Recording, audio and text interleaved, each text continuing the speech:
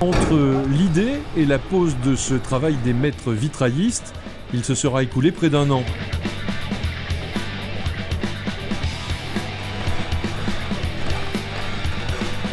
Il y a une prise des cotes pour un devis, mais après il y aura une prise des cotes définitive, donc il faudra un petit bout d'échafaudage.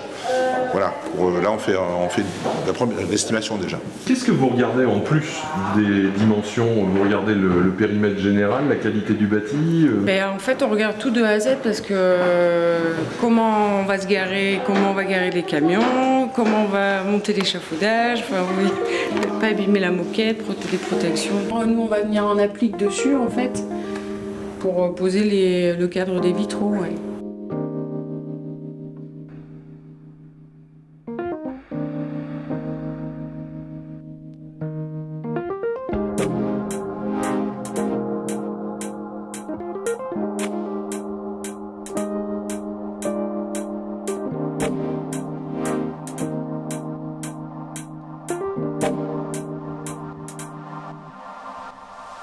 Pinceau-brosse ou cette brosse pinceau qui est composée de poils de pois.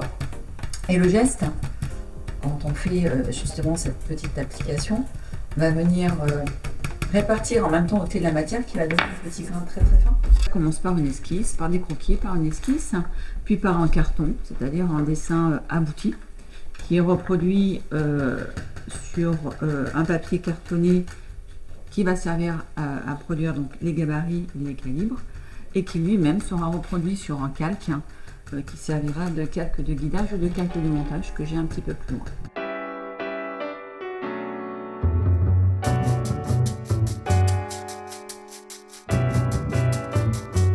Ouais, il ne faut pas se tromper, parce qu'une fois qu'on a cuit la pièce, c'est cuit, c'est mort. Si on s'est trompé, il faut la refaire. Quand je regarde les découpes là, sur la table de travail, je ne vois que des contraintes.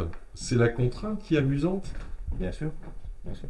Moi, en tant qu'artiste peintre, ça me permet, depuis, je dirais, très longtemps, depuis que j'ai commencé à faire les beaux-arts, ça me permet d'avoir une technique contraignante, et avec la peinture, quelque chose qui va apporter beaucoup d'oxygène, beaucoup plus libre, beaucoup plus... et donc, mélanger les deux, c'est intéressant. Ça permet déjà d'avoir des challenges, de pouvoir essayer de trouver des paramètres, des couleurs. C'est intéressant, à ce niveau-là.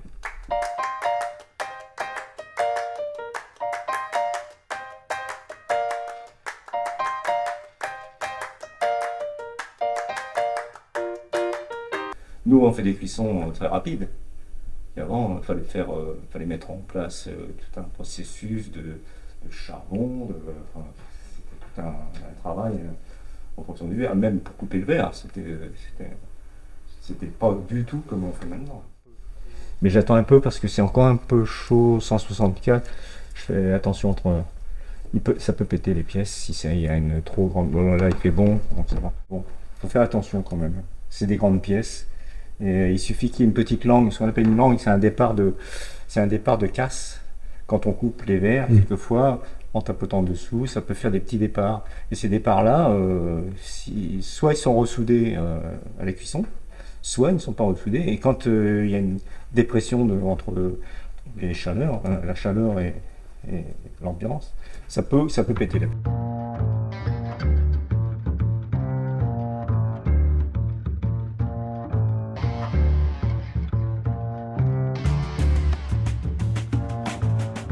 À part la technique, il y avait quand même un côté très, j'allais dire, simpliste. C'est pas simpliste, c'est quelque chose de très fort, même par un geste, il y avait une émotion qui passait.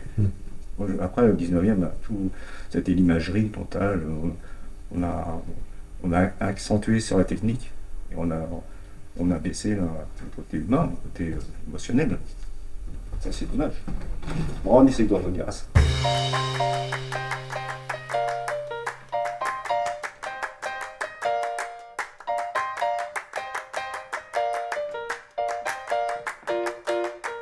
Il y a le sertissage, ce que je suis en train de faire là. Et après, il y aura les soudures à chaque intersection.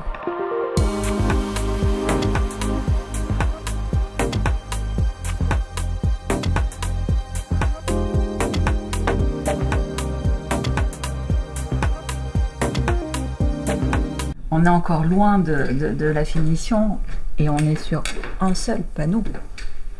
Nous en avons plusieurs que vous découvrirez quand on fera le montage directement au châssis.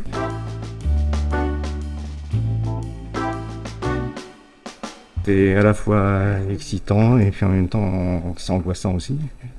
Excitant parce que ça y est, le travail est fini, après tous ces mois de travail. Angoissant parce que maintenant C'est à la vue de tout le monde. c'est donné maintenant à tout le monde et chacun va prendre ce qu'il veut voir. Le portrait et les initiales de Saint-Martial figurent sur le blason de Limoges et désormais son nom est signé.